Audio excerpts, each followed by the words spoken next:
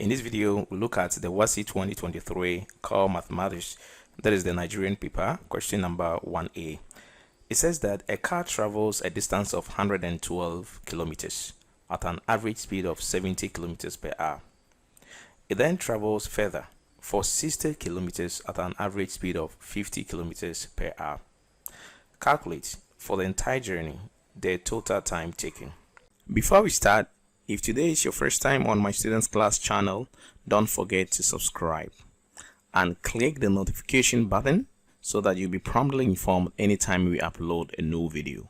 And hey, one more thing, click the like button so that the video can reach a lot of people. Thank you.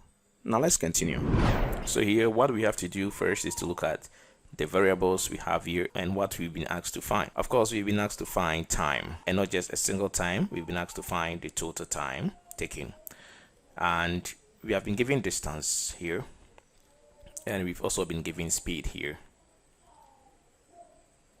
Looking at the second statement, it also says that it then travels further for 60 kilometers. So here too we have time, 60 kilometers, because it says that it travels, and the unit of distance too is kilometers here.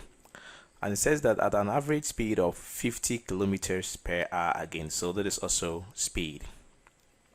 So if you look at what we have here, we have three variables. First, we have distance. Then we have speed. And the last one, we have time. So what we have to do is to be able to link all these three variables. So we have been given distance, we have been given speed, and we are asked to find time because we don't know time.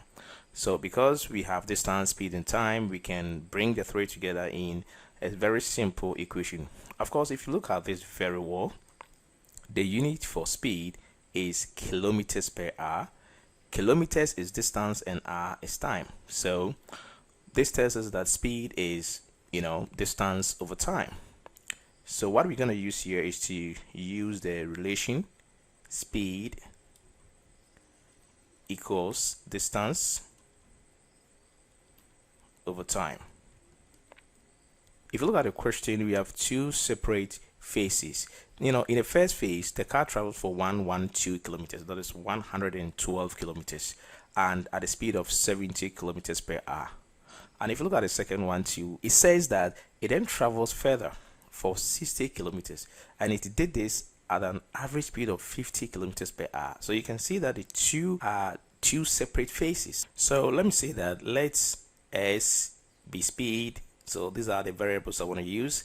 Let me use small d for distance, and let me use t for time.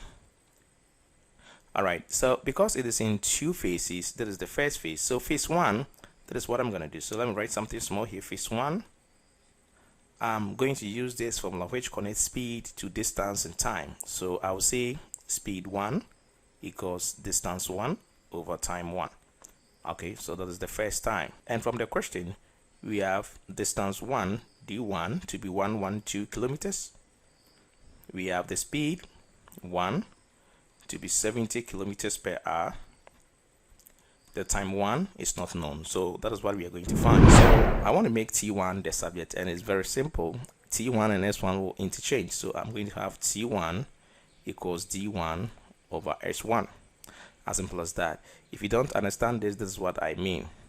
If you have s1 equals d1 over t1, to make t1 the subject, we have to cross multiply. S1 is the same as s1 divided by 1. So when I cross multiply here, I'm going to have s1 t1, and 1 times d1, I'll have d1. But if I want to make t1 the subject, then I have to divide both sides by x1, and s1 will cancel s1. So eventually I'm going to have t1 to be equal to d1 over s1, and that is what you see here. t1 equals d1 over s1.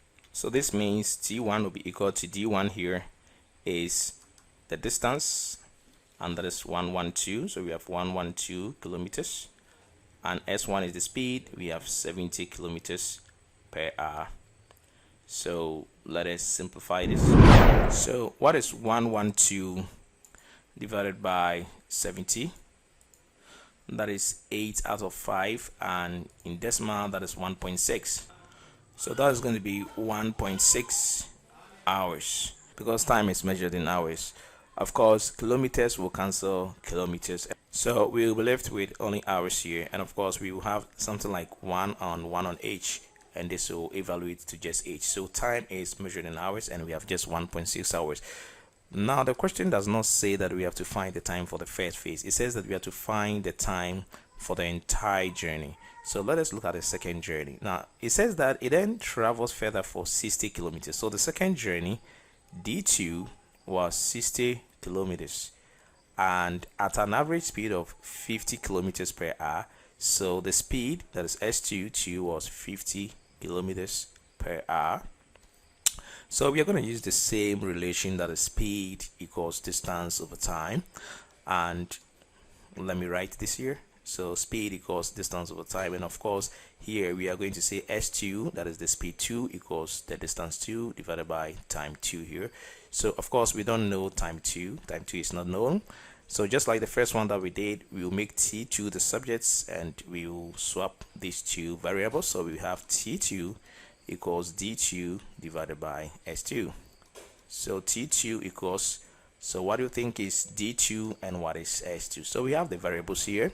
D2, that is the second distance, is 60 kilometers, and S2, that is the speed 2, is 50 kilometers.